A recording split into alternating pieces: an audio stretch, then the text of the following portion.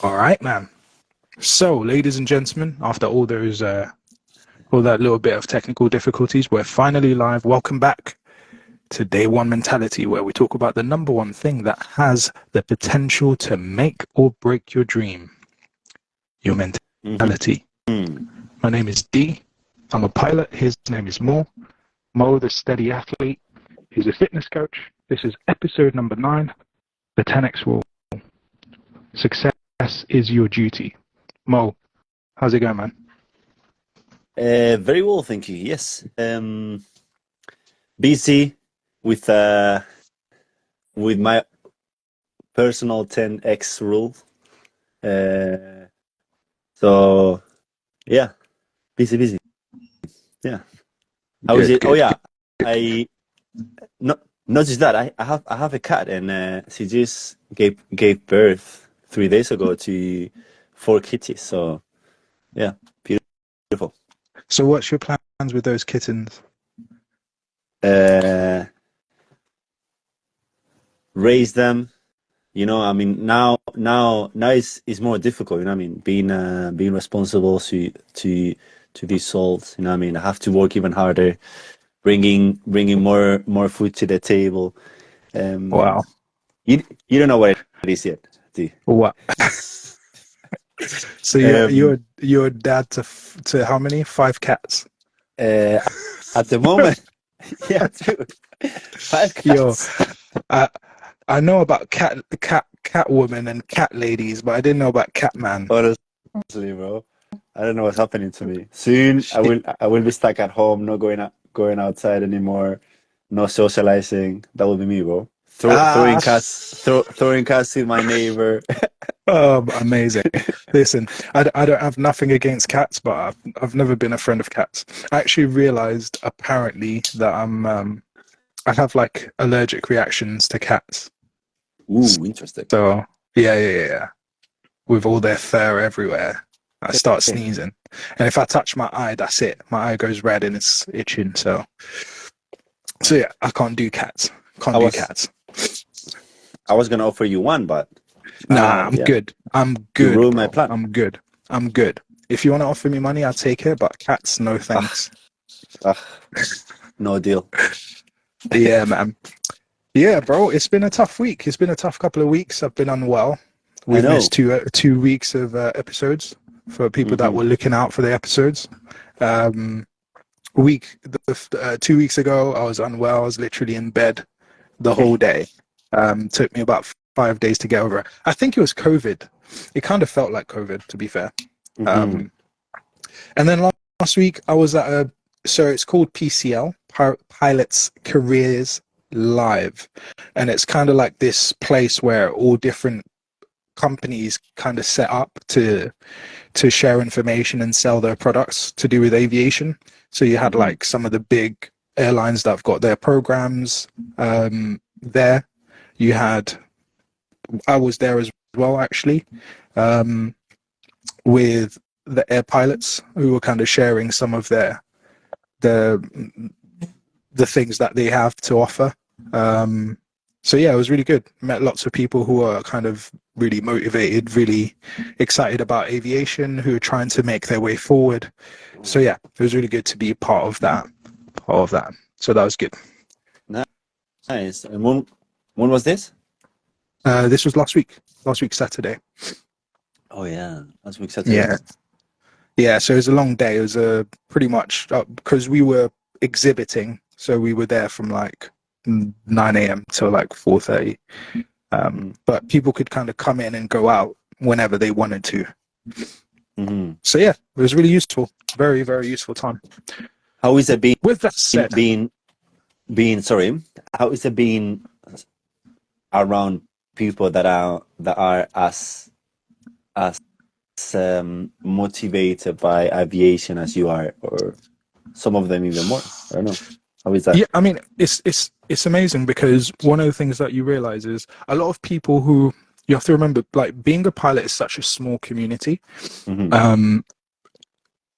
worldwide, and so a lot of the time pilots or aspiring pilots are kind of like the only ones in their circle. who wants to be a pilot, right? And I don't know, it's hard to explain to somebody the feeling that, oh, when I was a kid, I first got into an airplane and like I loved it and I wanted to be a pilot. But then when you meet other pilots, you realize that's their story too, most of the time. It's like they'll tell you, yeah, when I was a kid, like I remember when my parents took me on holiday and I got into a plane and it was amazing. And I'm like, that's like my story. Like that's exactly me. Do you know what I mean? So there's kind of like a real connection that happens there. And some of the best people that I've met in the world are pilots. Some of the most giving, most generous people that I've met are pilots. So yeah, it was a blessing. But you also realize like different people come from different backgrounds. Yeah. And so, you know, some people are just like, you know, I could fund myself through pilot training, but I thought I'd just apply for this sponsored route. And I'm like, yeah, it's not an option for me. Yeah. You know, like it's not like I can just fund myself like that. But yeah, you get people from different backgrounds, some who are struggling to even get a few hours of flight time to afford it, and some who can just easily train as a pilot. So yeah, you get a whole world, which is always a good thing. Always a good thing. But definitely more opportunities need to be created for people who don't have the means to actually get into aviation, but have the ability and the skill to do it. So, but that's a bigger conversation for aviation. All right, so let's kick off. Let's do it. So what we've been doing last time is we started to introduce these little interesting parts that kind of help us refine our dreams. And the first segment is Dreams Workshop. So this is where we put forward one goal that we have and then kind of take a minute to see how we can blow it up, right? See how we can throw out different ideas just to help us think differently, right? So 3 ways that we can do that. We can blow it up in size and challenge each other to kind of go bigger. We can blow it up in terms of specificity and challenge each other to get more specific. Or we can do it in significance, challenge each other to make our goals even more significant, right? So we're going to start with you, Mo. What goal would you like to put forward for today? I would like to put the goal, so this goal forward, which is I'm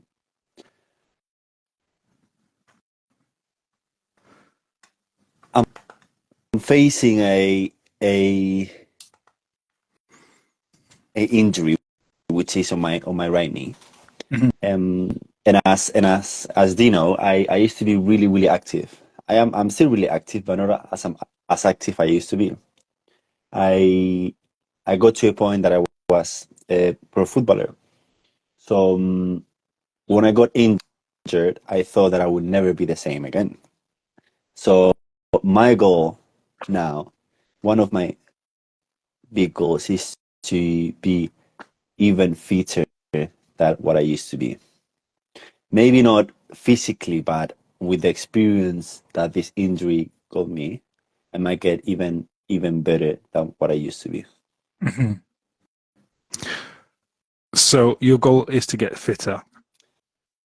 I am fit, but not because same fit. That's you never know who is fit and who is not fit, because it depends what you do in life, what sport you do, the exercises that you would like to do. But I do need the sensation of I'm able to practice any sport and I'm able physically to do anything that I want. Okay, so give me in one statement. What is that goal? Being fitter than what I used to be. Okay, cool. I'm going to put 1 minute on the clock and then we're going to go back and forth. Yeah. Okay. All right.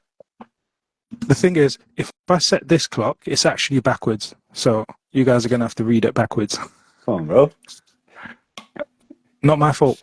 All right. Go over it. All right. Here we go. You ready? Yes. Okay. Let's see how it goes. 1 minute. Okay, fitter. What does that mean? Fitter means becoming better Stronger, than, faster, more endurance. yeah, Specify your goal. What is it? stronger, faster, athletic, physique, being able to play football better. Yes. Okay, narrow it down to one thing. What's the most Um, important of all those things that you said? being being in equilibrium with all those aspects. Being Bro, able what's the to one perform. thing, bro? Perform. Being able to perform Okay, in football. so where do you start with that? Uh, um, by training. Okay, and how much are you training right now? Uh, a good amount, definitely. About uh, 4 to 5 times a week. Okay, and oh, 1 minute's finished. 1 minute One is minute quick, goes fast. Yeah. goes quick. 1 minute is quick. Amazing. Okay, cool. So, how did you find that? Let's get some feedback. How did you find that? Because this was slightly different than it was last week before we tried me as well. What did you think? I think it was too quick, and you need to be able to respond the questions really fast. But yeah, fun. Yeah, I think it's always nice going against the clock as well. I agree, it was quite fast, but I think there's certain goals that work, that give themselves a lot easier to that exercise. Yeah. And there's some goals that are kind of a little bit more tricky. But this is part of the exploration phase that we're doing, so that's always good. Any feedback is good feedback. Mm. All right, cool. All right. My goal Yeah. is to provide, and now you take over, right? You get to grill me or make me think bigger or make me think more significant or ask me whatever you want to do. Mm-hmm. All right, so the power's over to you. My goal is to provide scholarships for aspiring pilots. Mm-hmm. Ready whenever you are. I'm gonna make you All right, I'm gonna sweat. set. Yo, relax, bro. Here you go. Ready? Ready? Yes. 3, 2, 1, go. Scholarships Wait, for who? wait. Scholarships For who? for who? Um, people who want to become pilots but can't afford it. Mm-hmm. How many people would you like to help? Initially, one person every year. Over time, I want that to grow to,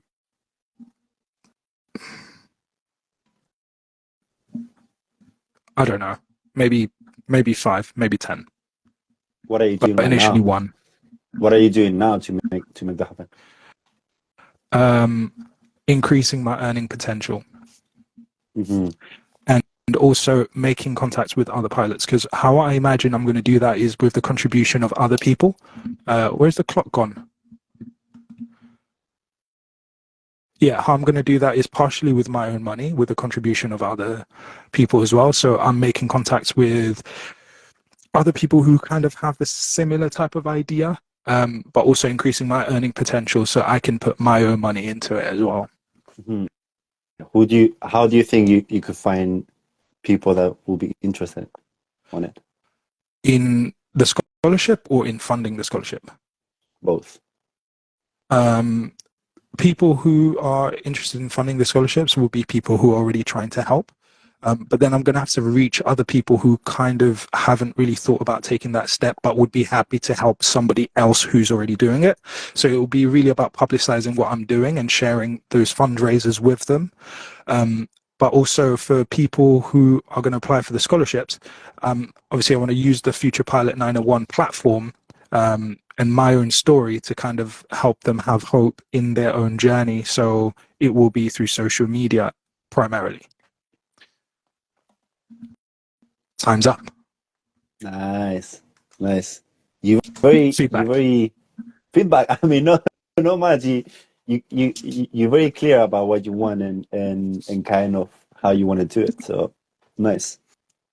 Yeah, and I think the beauty of that as well is going to be hopefully over time to get to, like, if you put me in a position where I've got to the edge of what I am clear Hmm. about, then that gives me room to grow. So Hmm. it's nice that I'm clear with that much, but obviously, personally, if I'm going to develop, I want to be at the point where I'm not clear and I'm forced to clarify, if that makes Yeah, I get sense. it. Yeah, Yeah. All like right, challenge cool. you a So little bit, right? exactly. You want to be at the edge of your capability, right? You don't want to be in a comfortable position. You want to be slightly uncomfortable. But yeah, it was really good because I'd never really had to answer those questions like quick fire like that with that level of clarity. So that was really nice. So yeah, thank you for that, bro.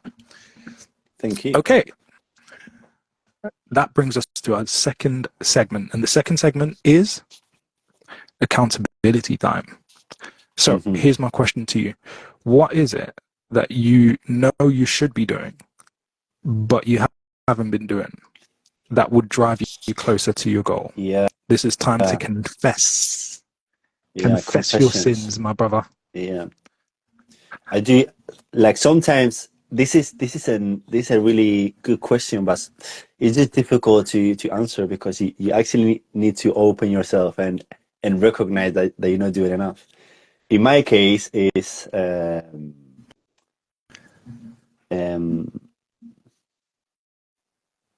being more organized um, to allow my goals to happen. Hmm. For And example, here, yeah, go for it. with uni and with my personal goals. Hmm. Yeah. Okay. Okay. And is it a case where sometimes we don't need to do it ourselves? So is it a case where you n- need to be more organized, or do you need to find somebody who's more organized? No, me personally, definitely. Okay, cool. So what can you do over the next week to take even the tiniest of steps towards that? Um, I don't want to blame anyone because it's pure my responsibility. But distraction uh, doesn't make it easy. And who Distraction is allows those distractions in? that's what I'm saying myself. All right, then.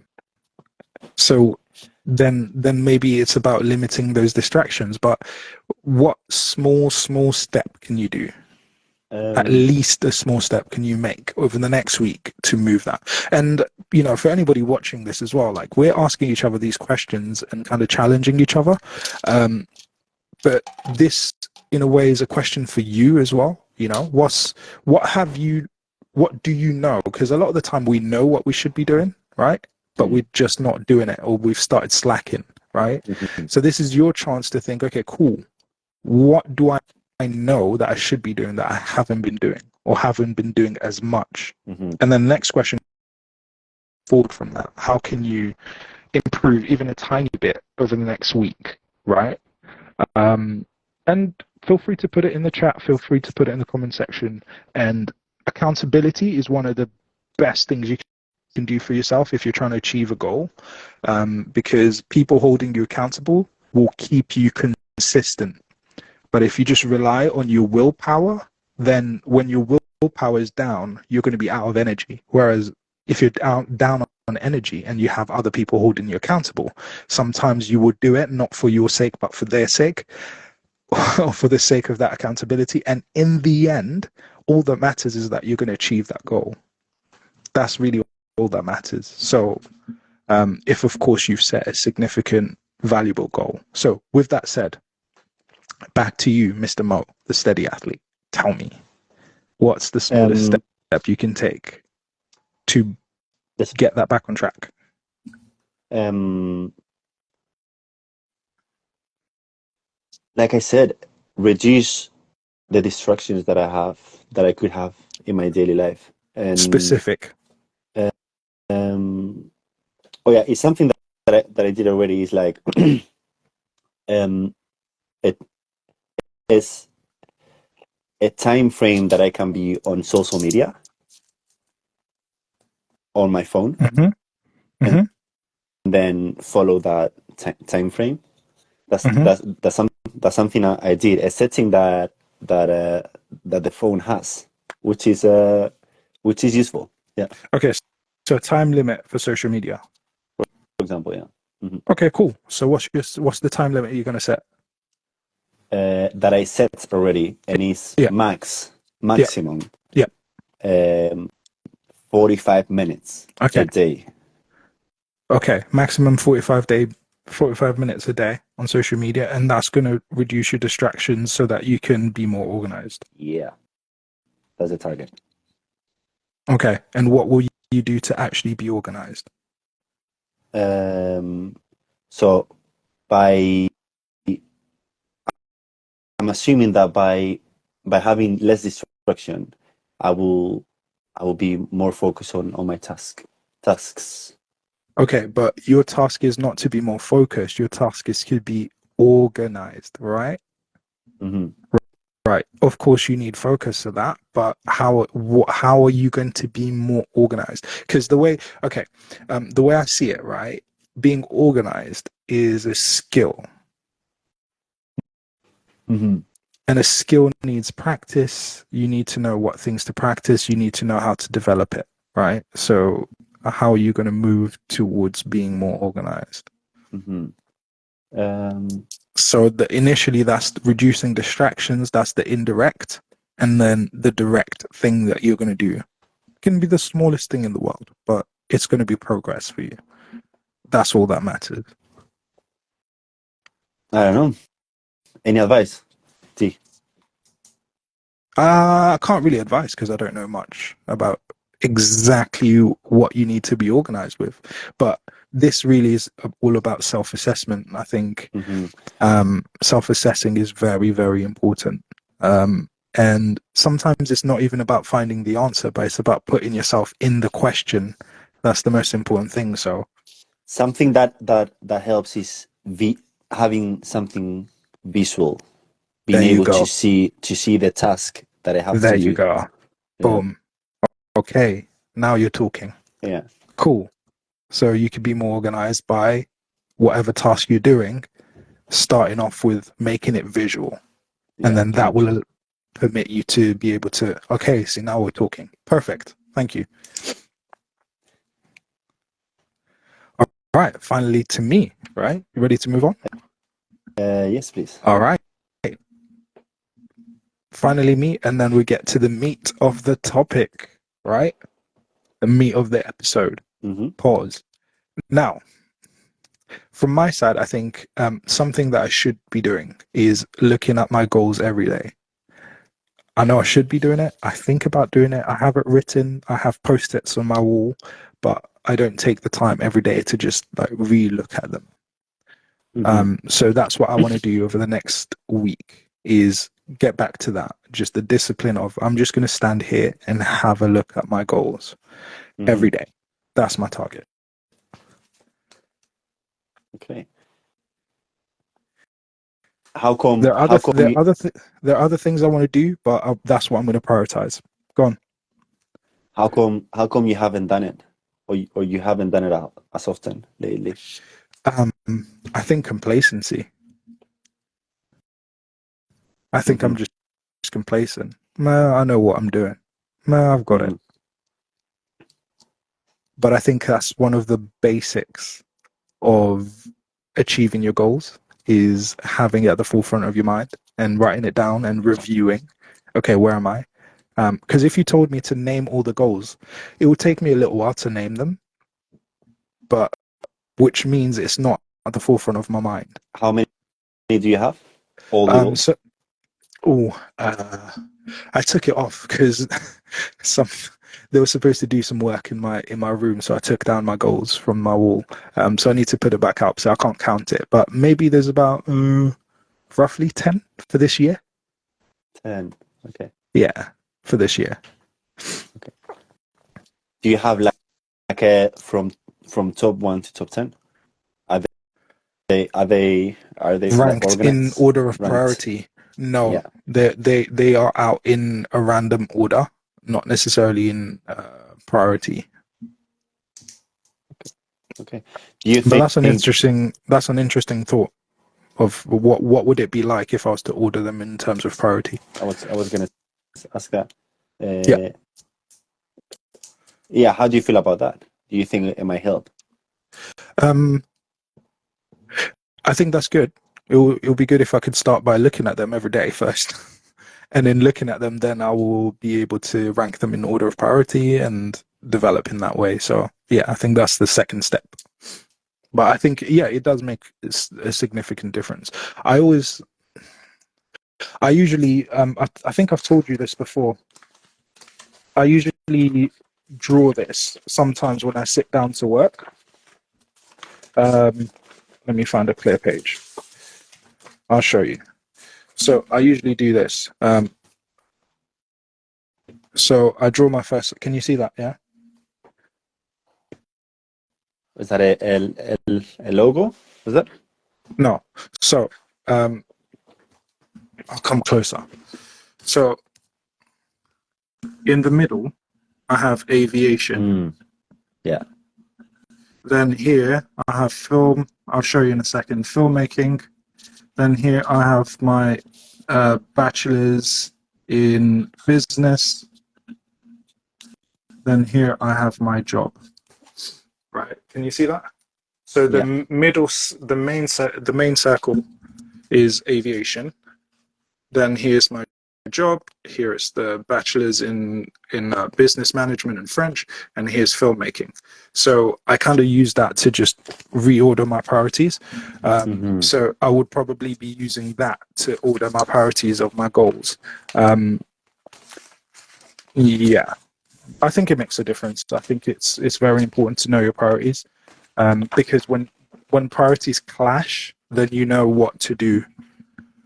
Right, because if your priority is like, okay, cool, this weekend I could either do flying or I could just hang out or I could, do something else, then the question is, which one do I do? Okay, what's my priority? Okay, my priority to make progress in Yeah. aviation. Cool. Simple. Do you know what I mean? Like having priorities really simplifies your decisions. And not having a priority kind of makes everything almost the same, and you have to rely on your feelings. And bro, feelings won't take you to success, sadly. Being carried by your feelings. But if you manage your feelings, which is knowing your priorities, then you can manage your feelings so that they take you to your goal. But if you just allow feelings to carry you, then you're never going to get that. Yeah, definitely being able to manage them and is a really difficult skill, I think.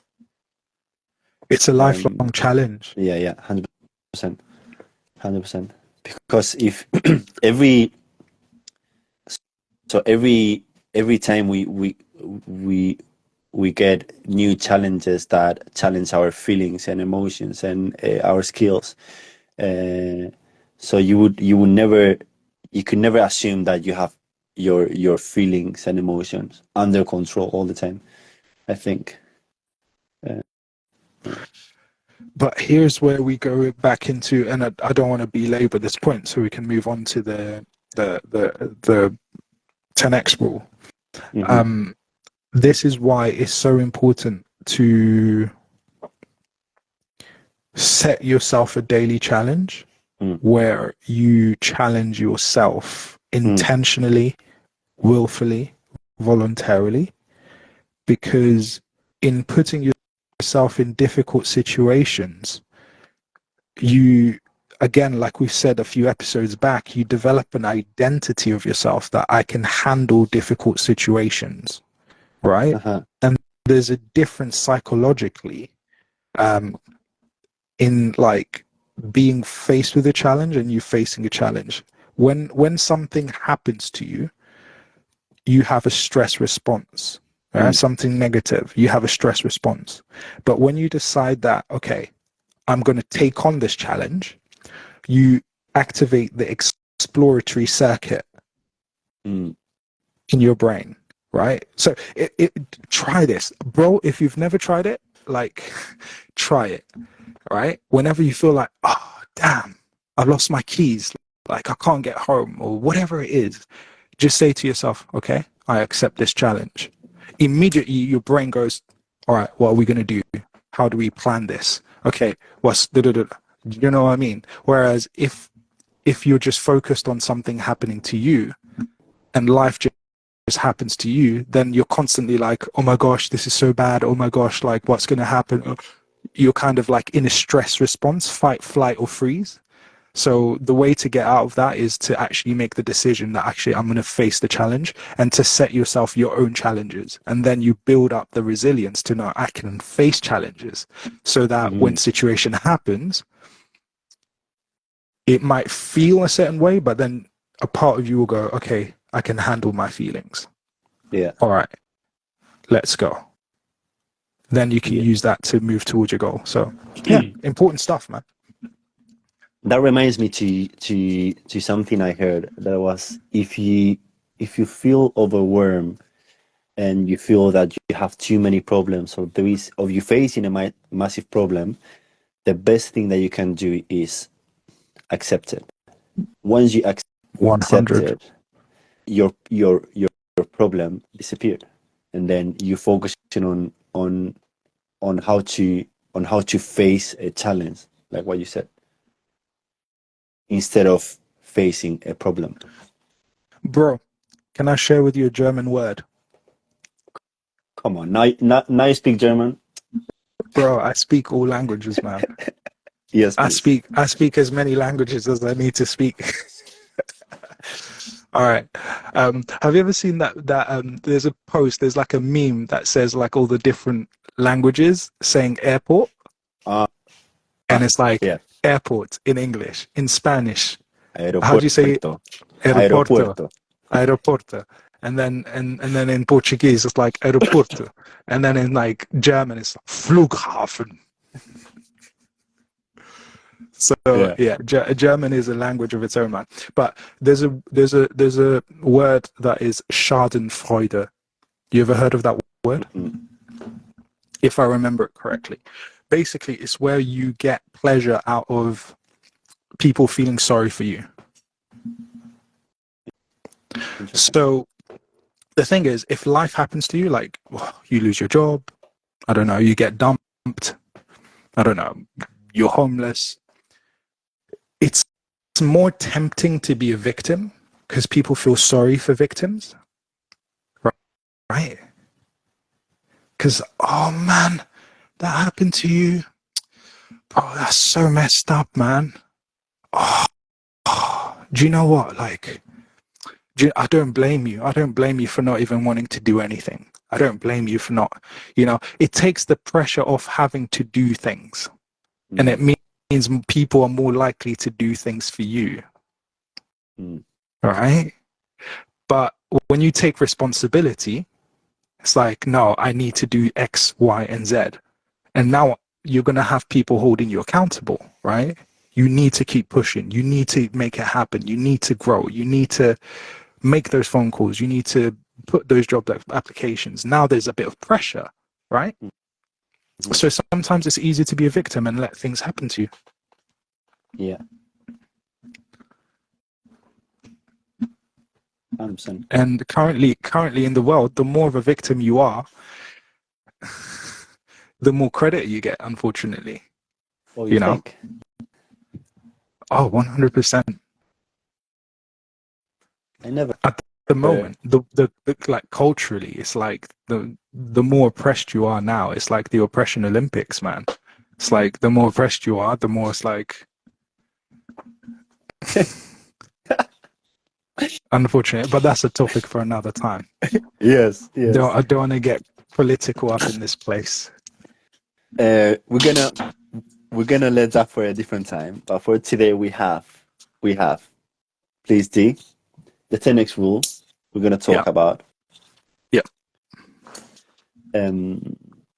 As as a few of you know, I recommended this book to my good friend, future pilot, because I thought, yeah, this guy's gonna love this book. And so far, I think you're loving it. Am I right or am I right? Yeah, man, I'm enjoying it. Grant Cardone is someone who I've been aware of. I actually get emails from him because I signed up to one of his mailing lists. Yeah, so I've been aware of him for a long time. It's been in my wish list for a long time, but I never actually started reading the book. So it's been nice to get into it. And I'm finding a lot of resonance in what he talks about because, yeah, and I'm also finding like a lot of people say similar things but using different language, which is always nice because it's reinforcing the same principle. So yeah, no, I'm actually enjoying it. It's quite good. Um, so you mentioned just a few seconds ago,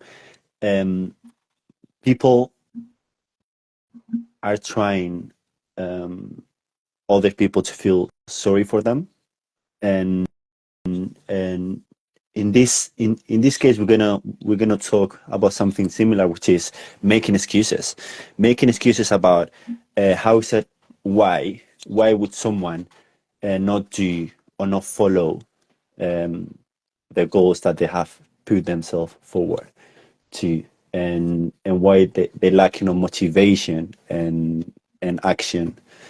um one of the bullet points that it says is the excuse trap. Excuse trap. When I said that, what does it come to mind? The The excuse trap. Yeah. The excuse trap. Um, to be honest, it reminds me of my own journey. And like I said, making excuses is so tempting. It's so tempting, man. And I had an excuse. Why are you not going for your dream? Your dream is to be a pilot. Why are you not pursuing that? Because it's too expensive. And that's true. It's very expensive. It's very true. But why are you not going for it? Well, I don't have parents who just have a house they can remortgage, get 100K for me to become a pilot. Yeah, it's true. I didn't have that. And I thought I was right when I made those excuses. I thought I was right. And then my friend talked me out of it. My friend was like, money's not your problem. I was like, what do you mean? Like, money's not your problem. And he looked at me very intensely. He's like, your problem's not money. I'm like, what's this guy talking about? He has no clue what he's saying. And a few months later, I realized that he was right. Because then I realized that actually, when I had the money, even when I had a bit more money, I didn't do anything. So then, if when I had a bit of extra money, I still didn't do 1 or 2 flying lessons a month, then that tells me that it's not a money thing, it's a mindset thing, So yeah, excuses, there's a trap.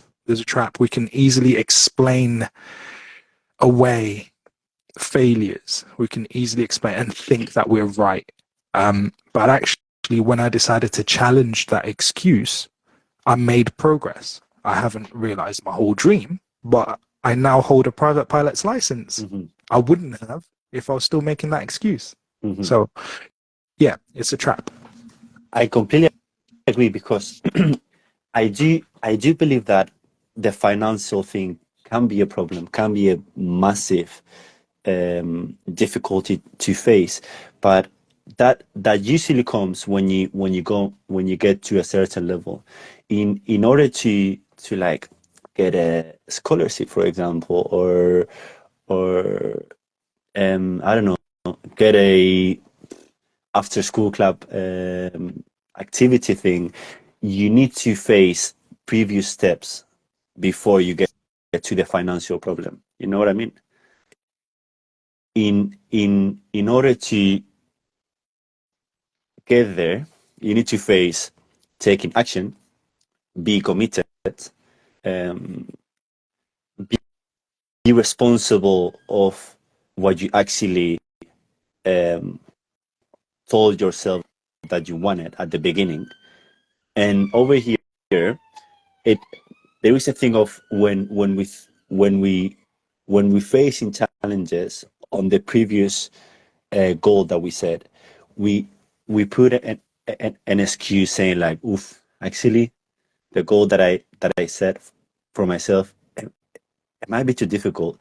So I'm gonna decrease my action. I'm gonna decrease my target a little bit more, instead of like being committed of, if I told myself that I wanted this, if I told myself that I wanted to be a pilot in the future, I need to keep going until I get there. If I told myself that I wanted to face an ACL reconstruction, I need to face the challenge of training every week and until I get to that point. And Yeah, and I think go on. there is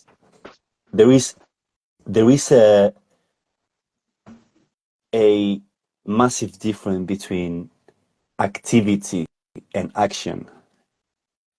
Meaning Meaning that you can be very active. You can do a lot of things at the same time, but you might not take the action necessary towards the goal that you want to achieve. So if another way to put that is activity doesn't equal progress. yeah 100%. And if like some people might see it as well, it's like I need to go do this, that doesn't that might not bring you forward or up to the level that you want to be, but just the action that you have to take, like what we spoke before. What is something that you should be doing that you're not doing? Because we're doing a lot of things during the day, but we're not taking the action that we know we need to do to progress. My old pastor used to say, "You're like an octopus on roller skates. You're moving a lot, but you're not going anywhere." So yeah, that's a very powerful visual, and I think at the root of it is like, generally, and I think this is the root of the 10x rule, which is something I've found to be true in my own life. We generally underestimate how much it will take to achieve a goal. This is why, like, okay, so if I think, how am I applying the 10x rule?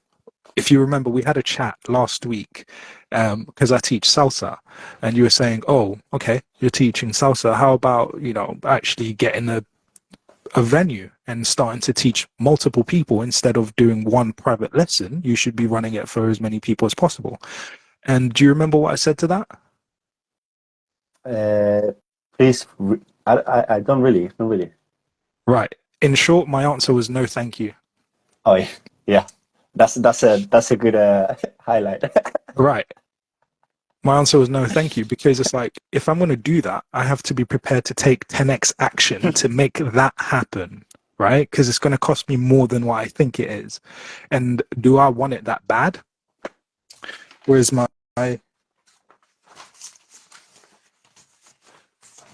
I've lost my Venn diagram now, but in my Venn diagram, aviation's at the middle, job is on the side. So it's like, it's not my main thing. So I'm not going to do it.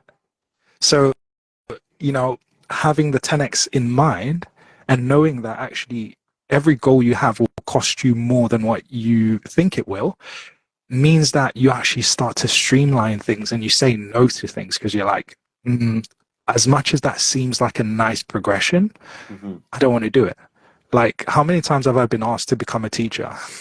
Oh, do you know what? When I've worked with you, I thought you were just like a teacher. Like, you should be a teacher. It's like, no, thanks. Because again, it's going to take 10x to actually become a teacher. And that would take away from my main dream. So I don't want to do it, you know? So yeah, the root of what you're saying is like, we constantly underestimate what it's going to take to achieve a dream, to achieve a goal. And so when we face this challenge or things are not progressing as quick as, you know, we want to, that's when we fall back and start making excuses. But if you start in your mind knowing, do you know what, this is going to be take 10 times more effort than I think it will. It's going to take 10 times more the sacrifice than I think it will. Well, when you face those challenges, you'll be like, okay, cool. I didn't know that this will happen, but I was expecting something. Cool. All right, let's keep going. So it gives you a bit more resilience. Whereas if you go in expecting for it to work first time and then it doesn't work, you'd be like, maybe I'm not supposed to have it. Yeah. And that brings me to the next point that I wanted to mention was fear of failure. That's something mentioned in the book. That is quite common. That even myself, people hold themselves back just by fearing failure, and it would be completely different if anybody would actually get to the mindset of I'm gonna learn from the failure, and I'm gonna get the stepping stone towards the success, instead of like, if I fail, or instead of I'm not gonna do it because I might fail at some point. And I heard this quote that I do love it, which is, if you're not failing, or if you didn't fail, you're not even trying. You're not trying enough. You're not at the edge of your capability. And it's okay. Something like, just, sorry to interject, bro, but some things we will do without trying hard. And that's okay. Hey, take success however it comes to you. Yeah. But if it was comfortable, you're not at the edge of your ability. There is more potential in you. Like, you know, like Usain Bolt. Do you remember back in, when was it? Was it 2012 in London? Where he was running, bro. Usain Bolt. And then at the end, bro, don't piss me off. Hey, Usain Bolt was sprinting, yeah? And then at the end, he's just like looking back. He's like, is this all you guys got? And he's got his arms out. He wasn't trying, right? No, he even at that point, he was the fastest in the world, right? But he's not at the edge of his capabilities. When he's at the edge, he was running the whole way. That's when he's at the edge. And this, like, to bounce around a little bit from like topics, themes in the book, how much success is enough? This is a question that everyone has to ask themselves. How successful do you want to be? Right? How much success is enough? Right? What's your answer to that question before I tell you mine? So for my part, how successful do you want to be? Go on. I mean, personally, I feel like success is something you need to reach your entire lifetime. There is no a final ending. Okay.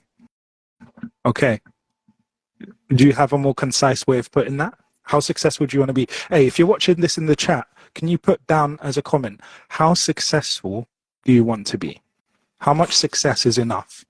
Do you have a concise way of putting what you just said? Not really. I would have to think about it, but I would say, good question. I've got an answer for you. Please. It might help you. Because I think you've got the same thing as me, but you just haven't found the words yet. Okay. My answer is, how successful do I want to be? As successful as I could possibly be. Honestly. Yeah. You're welcome. As successful as I could possibly be. And here is why. Like, he makes a really good point in the book. Like, if you say, do you know what? I'm happy making, what, 40, 50,000 pounds a year. Cool. Fair enough. Hey, you're happy with that. Cool. What if COVID happens and you lose your job? And then your family now don't have a way to earn money, maybe, or your family now goes into trouble, right? Now, maybe you were paying off a car or you're paying a mortgage and now you can't handle it anymore. Then your family is going to be homeless. So it's like, you never know what tomorrow will bring. You never know what challenges will come. And hey, if you earn more and you end up with extra, guess what you can do? You can start a charity. You can give it away. You can give scholarships away to people who really need it, who don't have the means, right? So talking about success as your duty, like, one, on the lower end, if you are successful as you possibly could be, that means you've done everything you can to secure your family. But if you're just okay with staying at one level, what if COVID happens? What if, you know, the housing crisis happens again and you don't have enough left over to actually go through the tough times? Then your family is going to be in trouble. But on the other side is, if you're never in trouble and you have all this extra money, then you can help those who are in need. So either way, you kind of owe it to yourself, to your family, to the world to be as successful as you could be. And this is why, like, I don't know if you've ever come through this, but one of the big advices is, like, financially, is make sure you've got at least 3 to 6 months money put aside. Yeah. The more financially successful you become, put even more aside, so that if you lost your job and you couldn't get a job for the next 6 months, you're still okay. Right? Or if you had to, like, try to start a business to pursue your dream, then you've got six months earnings ready, right? Okay, so Life and Marsh says, do you feel like providing for others means success for you, future pilot? 100%. That is a core part of my success. Let me put it this way. My mentor taught me this analogy of a tree, right? A tree bears fruit, right? Let's say a fruit tree. The fruit isn't primarily for the tree,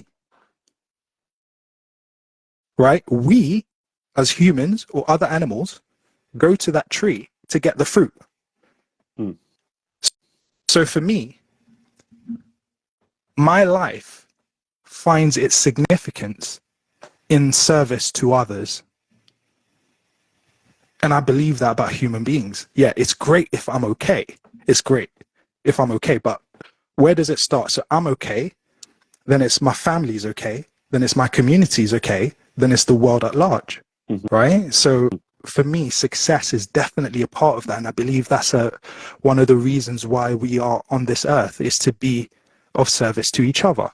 So for me, in the aviation sense, if I can get into aviation, which I have now, kind of got my feet in, still got more to go, but that's success. Yay, I'm happy. But if I can help other people who don't have the means to get into aviation, and I can help them get into aviation, that fuels my sense, my sense of significance, my sense of success. So 100%, I would say that helping to provide for others does mean increasing success. To look at somebody and to have them say, do you know what, I couldn't get into aviation, or I was struggling with this, and if it wasn't for your help, I couldn't have taken the steps forward. And now that frees them to be able to be of more benefit to other people and kind of pass that along. That is amazing for me. So yeah, to answer that question, thanks for the question, Life and Marsh. Appreciate it. What about for you? Does providing for others and supporting others means success for you, or is success separate? Is providing for others separate in terms of your ideas of success? Same question back to you, Life and Marsh. What do you think, Mo? So first, I would like to say that what you said, it is beautiful. I mean, I love it, and I had a really, I mean, a similar mindset to you, but I never saw it the way you just explained it. Um, I, I I do think that as human being, we need the interaction with people. That's the way I see it. You know what I mean? You would never be successful just by doing work just by yourself. You need other people around you to support you, to give you advice, to motivate you at some points, to go through the positive and the hard times. So you need people around you. Um, and by doing that, the only thing that would help you is just by trying to give to people your ideas, your skills, your kindness, your smile, uh, without expecting anything back from them. And that I completely agree. Um, it should be like for more people, it should be like one of their goals in their life. You know what I mean? Uh, I don't think it is as common as it should be. Mm-hmm. Let me throw a couple of ideas there. Obviously, we're in agreement as well. But I had this psychologist explain this, and I like the visual, right? You're not just you right now. Okay, we're getting deep. Here we go. You're you, yeah, Mo, Life and Mm-hmm. Marsh. You're you right now, but Mm-hmm. there is the you in an hour from now. And there's the you in a day from now. There's a you a week from now. There's you 10 years from now. There's Mm-hmm. you in the future, potentially as a parent. There's you as an old man. There's so many of you, Mm-hmm. right? What you want to do in life is Mm-hmm. you don't want to just benefit the you right now, right? Because if you want to benefit just the you right now, well, I want to eat as much junk as possible. Cool. You eat all of that right now. But the you in 10, 20 years is going to have heart issues. Mm. So you are a community.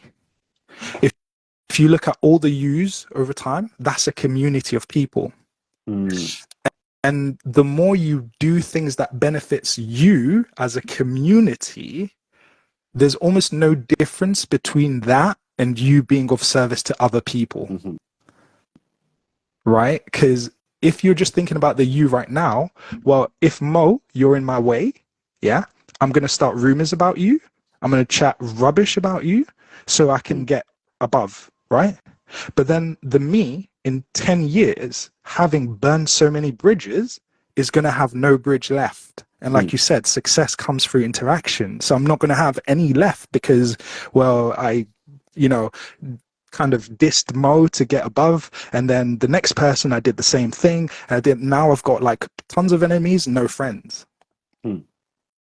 Right? So by maintaining this friendship and genuinely being kind to you, I'm also putting the me in 10 years from now in a better position than if I was mean to you and didn't do anything to support you. So just to throw that philosophical thing. And then here's another philosophical thing, right? I love questions like this because I like to get deep, right?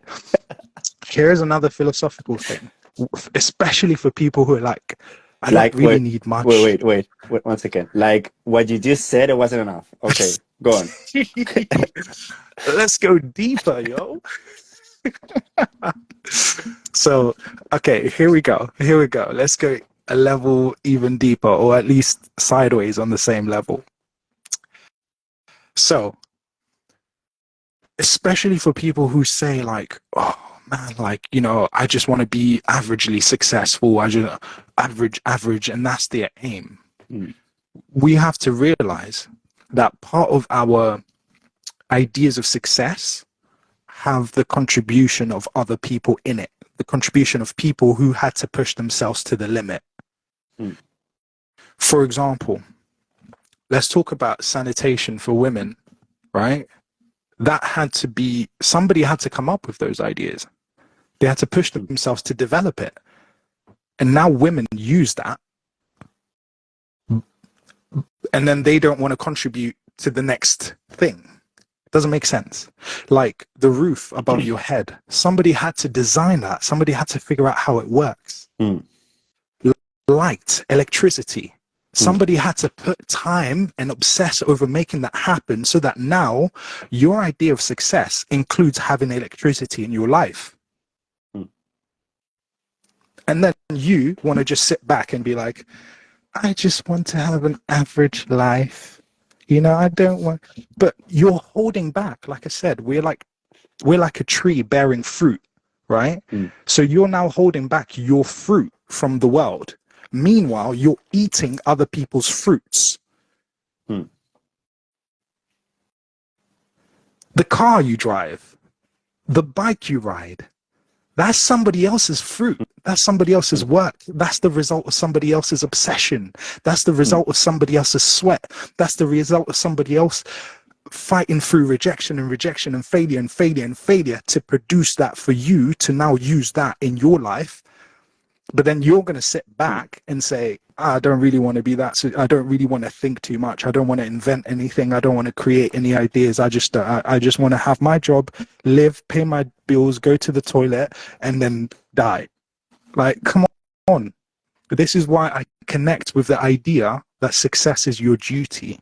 The least you can do for the fact that you have a bed, a wardrobe, electricity, cars, phones, all of these things, the least you can do is maximize your own potential so that as a sign of gratitude for all these things that you have. Damn, see, I'm getting too passionate, I'm dropping things. But as a sign of all the gratitude for everything that you've been given, so that other people who are dependent on whatever fruit you carry will also get the benefit. See where I'm going? 100%. All right, that's enough depth. Any deeper than that, and I'll need people to start paying. All right, cool. So that's enough. Please subscribe to this. But I like me as a so I'm really passionate when it comes to the physique, right? I have always been really committed to training and to maintaining a certain level physically, right? Some people did ask me like, what can I do? What can I do to get a six pack in 3 months for summer? And when I hear that, it's like, mate, what are you asking me? Your goal shouldn't be what could I do to have a six pack right now. Your goal should be what could I do to maintain my health and to be able to lift my granddaughter in 30 years. That should be your goal. And to be able to do that, you need to be consistent by exercising, by having a healthier lifestyle, eating vegetables, fruit, you know what I mean? Travel, resting properly to be able to lift your granddaughter in 30 years, for example. Because if not, it's going to be impossible. It's not just the now. It's not just the six pack that you're going to have now or in 3 months during the summer. It's about the you, like you said, in 20 years, 15 years. Being able to run when you are 60, for example. Not many people can do that at the age of 60, 62. And 100. there was this thing that correlates what you said of being someone else's fruit, and it was if we if 30 or 40 years ago you told someone that a guy named Usain Bolt was going to be able to run 100 meters in how many seconds? I don't know, in 9 seconds. Yeah, just above 9 point Yeah. something, maybe 9.2. I can't remember. I haven't looked at it in a long time. But yeah. So if you told that to someone 40 years ago, they would have said you are crazy, or they would have think that must be Superman. If you told to someone 30 years ago that anyone, not anyone, that a few people would be able to do a double backflip, they would say, "What? Are you high? What are you talking about?" You know what I mean? So Sure. when when when when you're lacking on what you are able to do, on what people told you what you are able to do right now, you're not gonna improve either. So it's either of you focusing on the now, or you focusing on what people are telling you what you're capable of. And that comes to the last bullet point that I had from the book, which is the goal that you set is never the problem. Is never the issue. It's just how committed you want to be to the action that you're gonna take. Because if I if I set a goal like I'm gonna I want to be a pilot. That's fine. That's not a problem. The problem will be if I don't commit to the action that requires get to that goal. So the goal will never be the issue. It's just the mindset and the action that you're gonna take. 100. And just to, I just had a look. Usain Bolt, I believe his record was at 9 seconds, 9.58 seconds. So, absolutely. I think those are very, very important points. And there's a guy called Inky Johnson. I don't know if you've ever come across him. If you ever listen to like those medleys of motivational speeches, you probably have heard his voice. He wanted to be an American football player, and he then got to this level where he only had a few more games to play before then he would be in the like what's it called, the draft, whatever, like where they pick like young players to join like a big teams like the NFL teams or whatever. So he had just a couple of games to go. Yeah, not that many. And obviously it's quite aggressive, it's quite physical, and at one point it was just like boom, he gets knocked out in the field, and he can't move, and the guys are like, okay, come on, let's get up, let's go, and he's like, I can't get up, I can't feel my arm, and he had to get carried away to hospital. And long story short, he now has an arm. I don't know what the actual medical condition is, but he now has a limp arm that he can't play American. We call it American football because football is with your feet. Football is supposed to be with your feet. That thing that you throw in America, I'm sorry if there's any Americans watching, that's not football. You barely even use your feet. I don't even think you use your feet apart from running. How is that football? Anyways, football, what you call soccer, that's actually football. Anyways, so this guy, he got injured, so he can't play American football anymore. And so he's a motivation speaker, amongst other things. His name is Inky Johnson. And I love his quote where he talks about commitment is, I'm paraphrasing, probably butchering it, but commitment is sticking to what you said you were going to do long after the feeling has gone. Right? Because sometimes we're like, yeah, I'm going to become a pilot. Yeah, I'm going to do this. Yeah, I'm going to start Activity Kids. Yeah, I'm going to get this opportunity, I'm going to do this, whatever. And it's like you have a certain emotion, but at some point that emotion goes. And now you're down to the boring every day.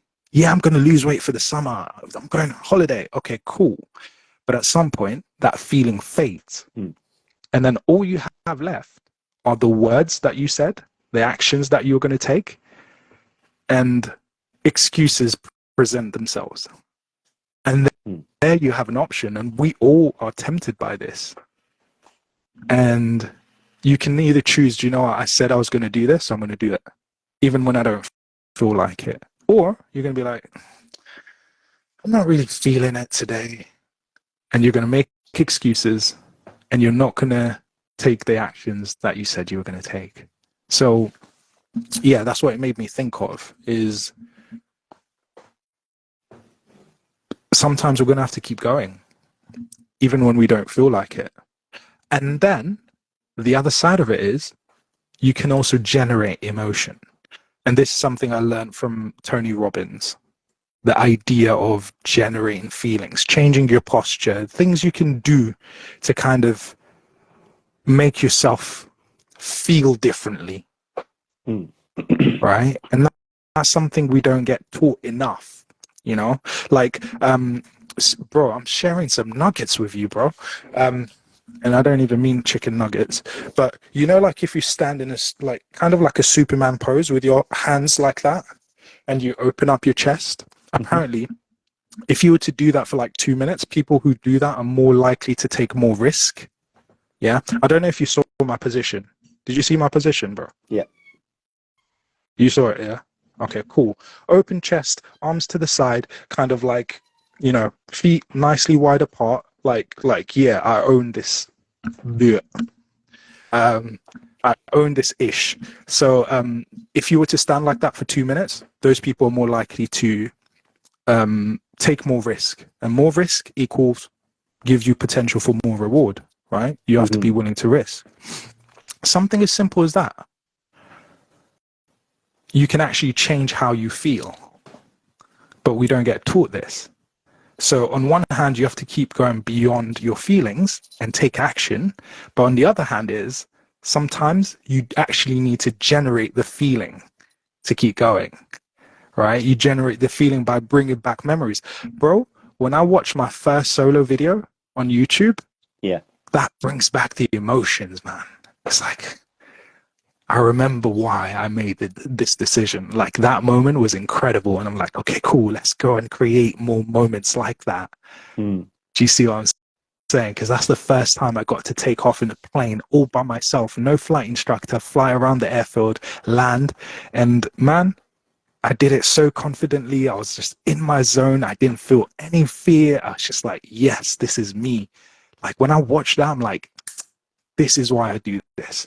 Regenerating the feeling, you know?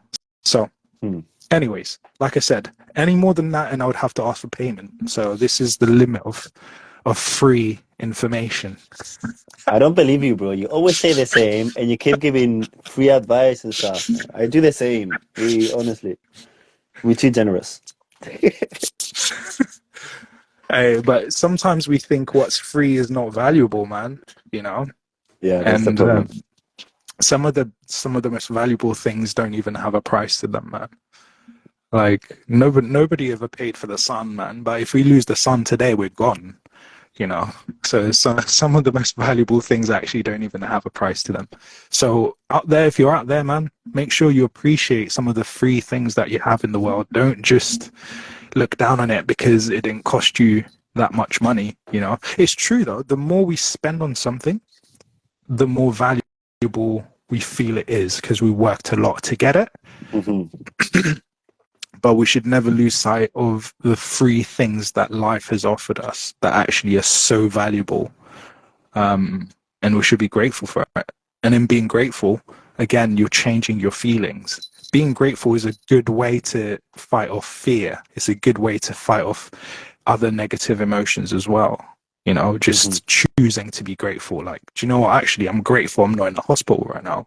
Or I'm grateful I've got somewhere to sleep. I'm grateful I've got family that I can reach out to when I need help. I'm grateful that I've got eyesight, even though I'm wearing glasses. that actually, can you imagine a time when there were no glasses, bro? Imagine. How would we survive, bro? Do you remember the first time you ever put glasses on? Yeah, it was like a new world. Bro, Like everything in like super HD was insane. bro, it's like HD. I'm like, people can see faces of other people at 30, 40 meters away. I'm like, What? I didn't know you could see someone's eyes and their face from 30 meters, bro. I thought like if they're in front of me, then I can see their face. If they're that far, it's just a shape. I put them on, it was like life in HD. I was like, yo, I didn't know, man. So imagine like we could have been I stuck just seeing figures in the distance, man. I remember So I remember like being able to play football, being completely capable to do anything. Then when I started using lenses to play football, I remember one day that I forgot my contact lenses, and I wasn't even able to kick a ball. It's like, what the hell? Like I got to you a kick point the that shadow of the ball yeah, instead of kicking the ball. I couldn't go back anymore. Like even now, if you without glasses, man, where are you? Hey, it's like, yeah. Yo, do you know what I mean? So it's like there's always something to be grateful for, man. There's always something to be grateful. And look at how our mood has changed, just being grateful and thinking about how we're grateful about something and just going deeper into it. Mm. Like it has the ability to change your mood, to change your feelings.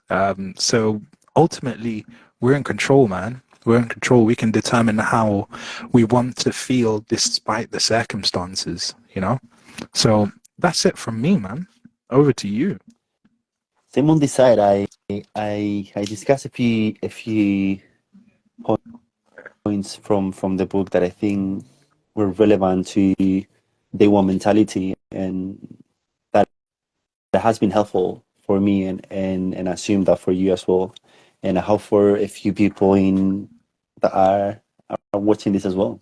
Yeah, It 100. made me it made me think a couple of times a few things that you did. So thank you very much, Mr. Future Pilot.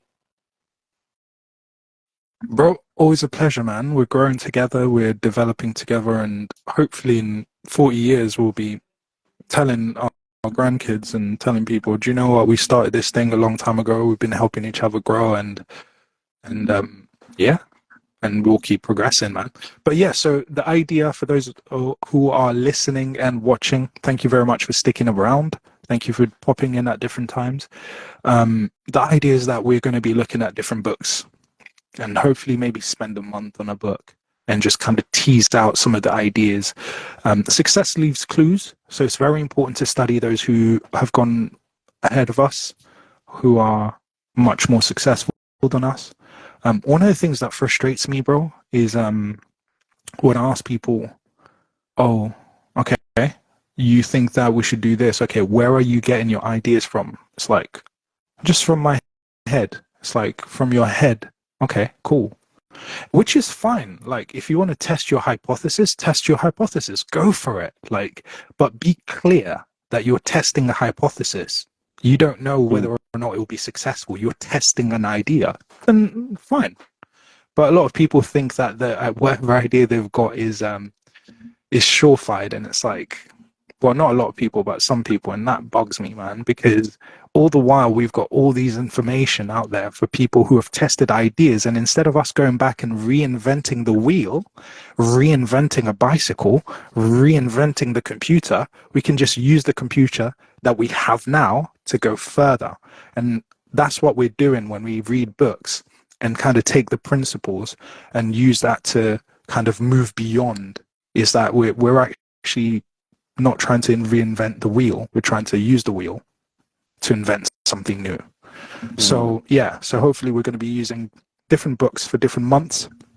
So if you've got a suggestion of a book that would be good to go through, and obviously you can join us on that journey as well and share your thoughts and comments, and who knows, if you wanted to jump on the live as well and share some thoughts, we can speak to Big Boss Mo, and he might even let you on the I might. I might. let you into the episode if you had something cool to share about the book. But yeah, so share your suggestions, put it in the comments down below, and we'll definitely consider it. We've got a couple of books we've discussed that we want to do next, but we haven't yet decided. But yeah, it's going to be my turn next to decide a book. So it might well be High Performance Habits. That could be the next book, High Performance Habits by Brendan Burchard. So it may be that. Sounds good. But we'll see. Sounds good. Yeah. Anyway, thank you for your time, Mr. Future Pilot. Thank you for everyone watching. Until next time, here is Future Pilot. Reminding you to live your dreams.